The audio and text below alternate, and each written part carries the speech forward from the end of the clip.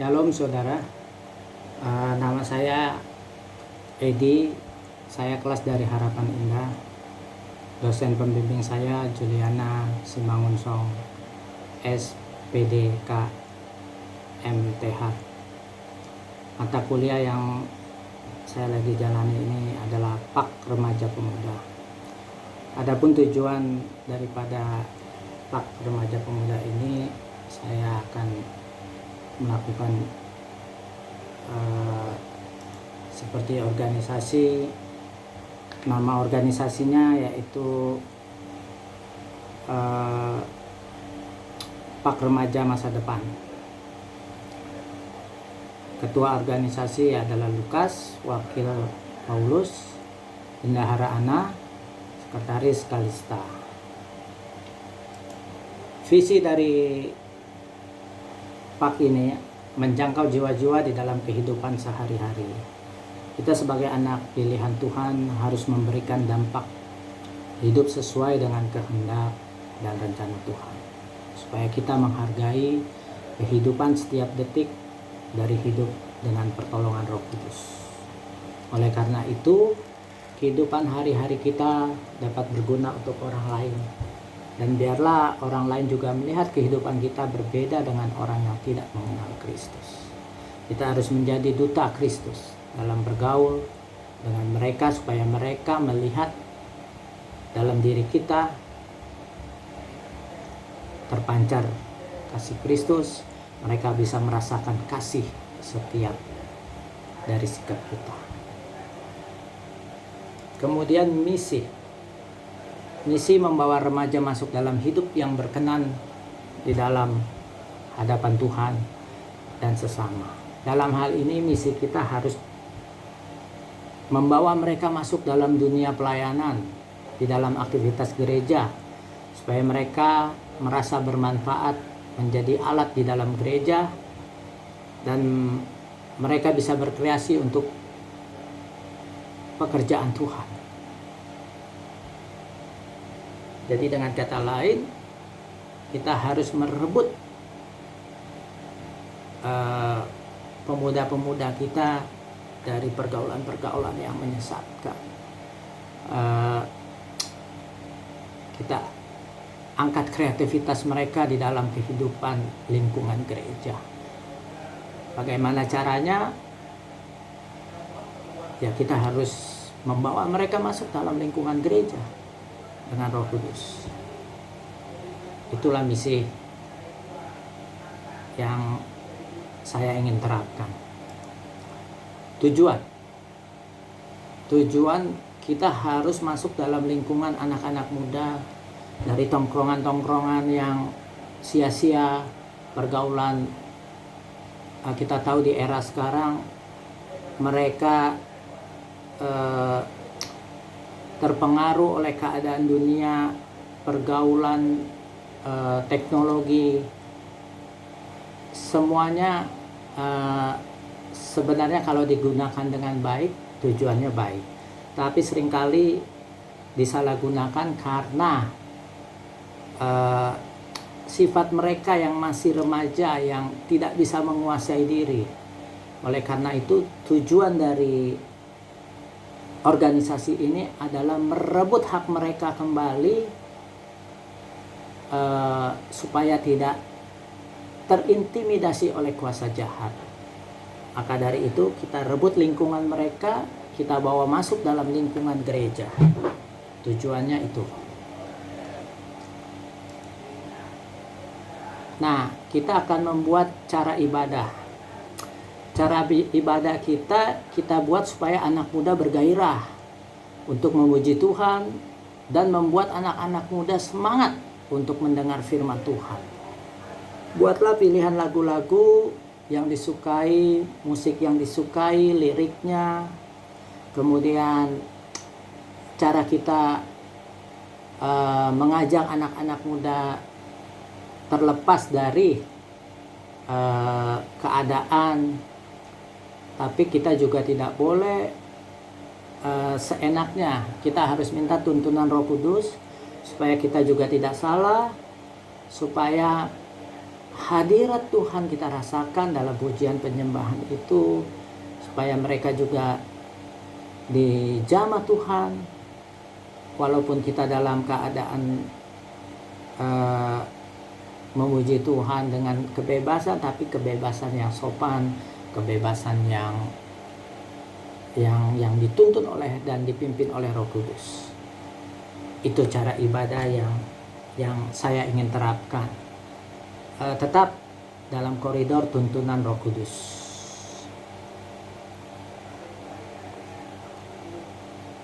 Kemudian ada sisi pengajaran, yaitu firman Tuhan. Firman yang disampaikan harus mengenai tentang perkembangan zaman sekarang, keadaan mereka, kehidupan mereka, supaya firman Tuhannya masuk dalam pikiran dan hati mereka. Ya, kita harus membuat dan bertanya kepada Tuhan, firman apa yang disampaikan, yang dibutuhkan.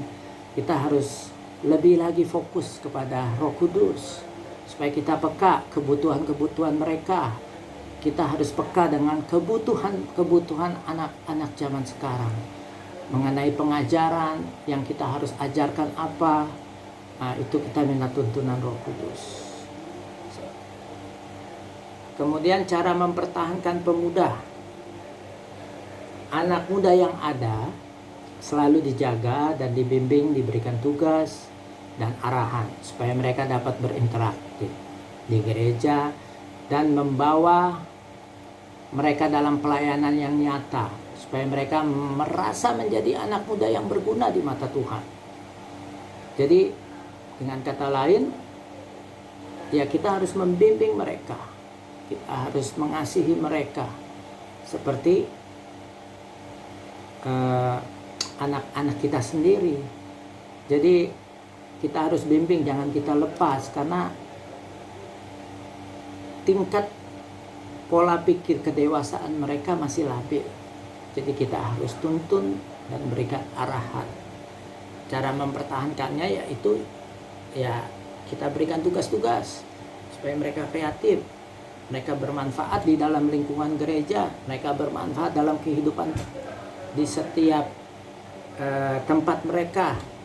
Mereka merasa menjadi sosok yang dibutuhkan, sosok yang peduli, sosok yang berguna, supaya mereka berguna di masa-masa hidup mereka. Nah, analisis. Kita harus memiliki analisis SWOT, SWOT, yaitu strength, kekuatan. Kita harus menambah kekuatan iman percaya, dan kita harus siap melawan tipu daya iblis dengan pertolongan Roh Kudus. Dengan cara kita harus lebih intim dengan Roh Kudus, karena kita harus waspada juga ketika kita memasuki anak-anak, kita mengumpulkan anak-anak muda dari semua keadaan. Kitanya sebagai pembimbing harus siap juga, karena keadaan-keadaan mereka kita harus lebih, iman kita harus lebih, supaya kita kuat, tidak terpengaruh oleh keadaan mereka. Nah, kita lihat juga kelemahan. Kita harus waspada terhadap kelemahan kita masing-masing. Kita juga hati-hati supaya kita tidak terpengaruh oleh pengaruh mereka. Karena kita tahu yang kita perangi bukan mereka, tetapi roh yang ada pada mereka, roh yang kita harus waspadai, yaitu roh jahat.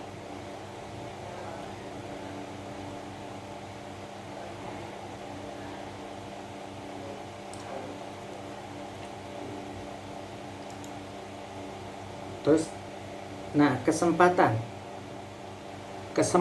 dalam analis ini kita harus cepat tanggap dalam menggunakan kesempatan supaya terhadap anak-anak muda ini,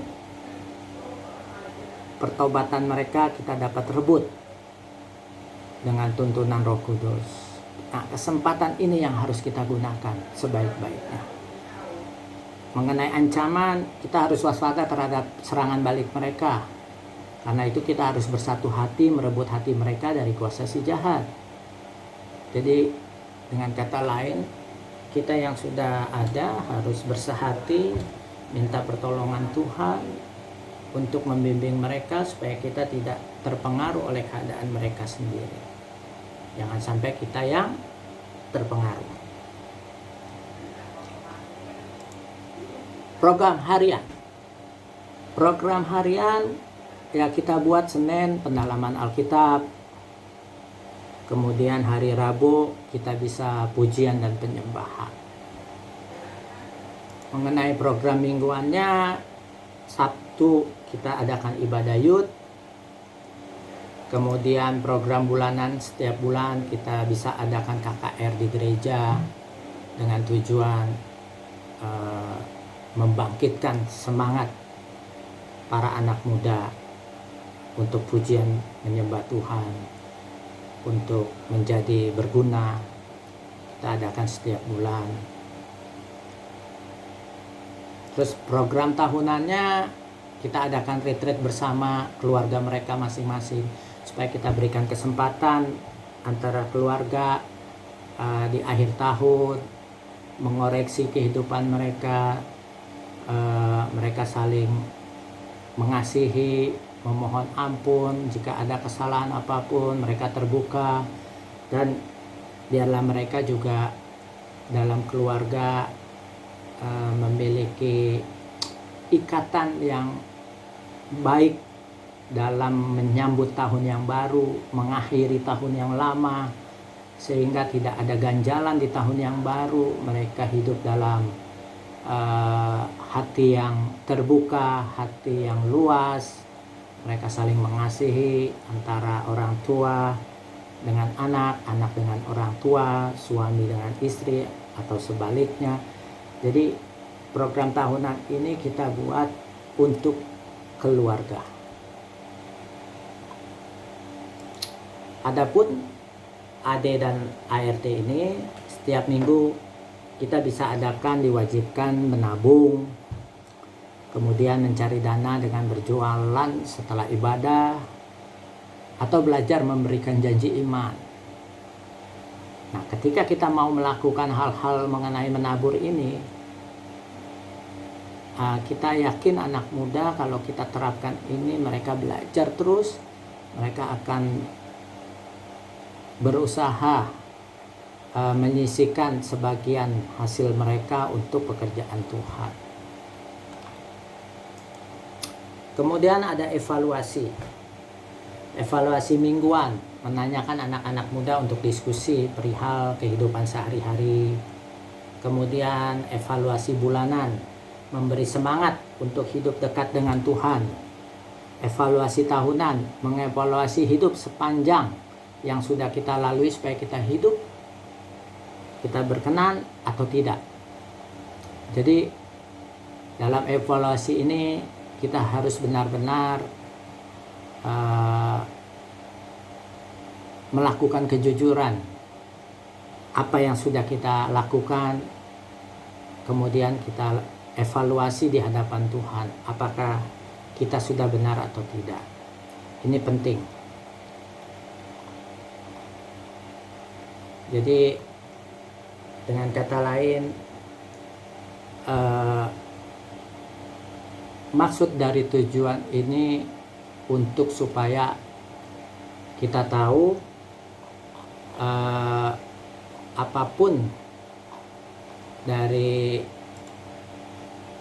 kehidupan pemuda remaja masa depan itu sangat penting untuk kita pertanggungjawaban di hadapan Tuhan, generasi penerus kita. Karena kita tahu pada era sekarang anak-anak muda kehilangan kasih karena kesibukan orang tua, kesibukan dan keadaan masa depan sekarang ini dengan momentum yang tidak jelas. Kita tahu anak-anak muda banyak diserang oleh kuasa jahat untuk dihancurkan. Oleh karena itu, kedepannya dari maksud remaja masa depan ini adalah untuk membuat generasi masa depan kita generasi yang sehat, generasi yang hidup dengan Roh Tuhan, generasi yang membangun masa depan dengan Roh Kudus. Konsep-konsep ini harus kita lakukan dengan baik. Oleh karena itu, saya berharap apapun yang menjadi tujuan konsep ini dapat digunakan sebaik-baiknya. Inilah yang menjadi tanggung jawab kita bersama, dan saya mau terapkan dalam kehidupan gereja di zaman sekarang. Terima kasih, mudah-mudahan ini berguna. Di dalam nama Tuhan Yesus, saya mengucap syukur.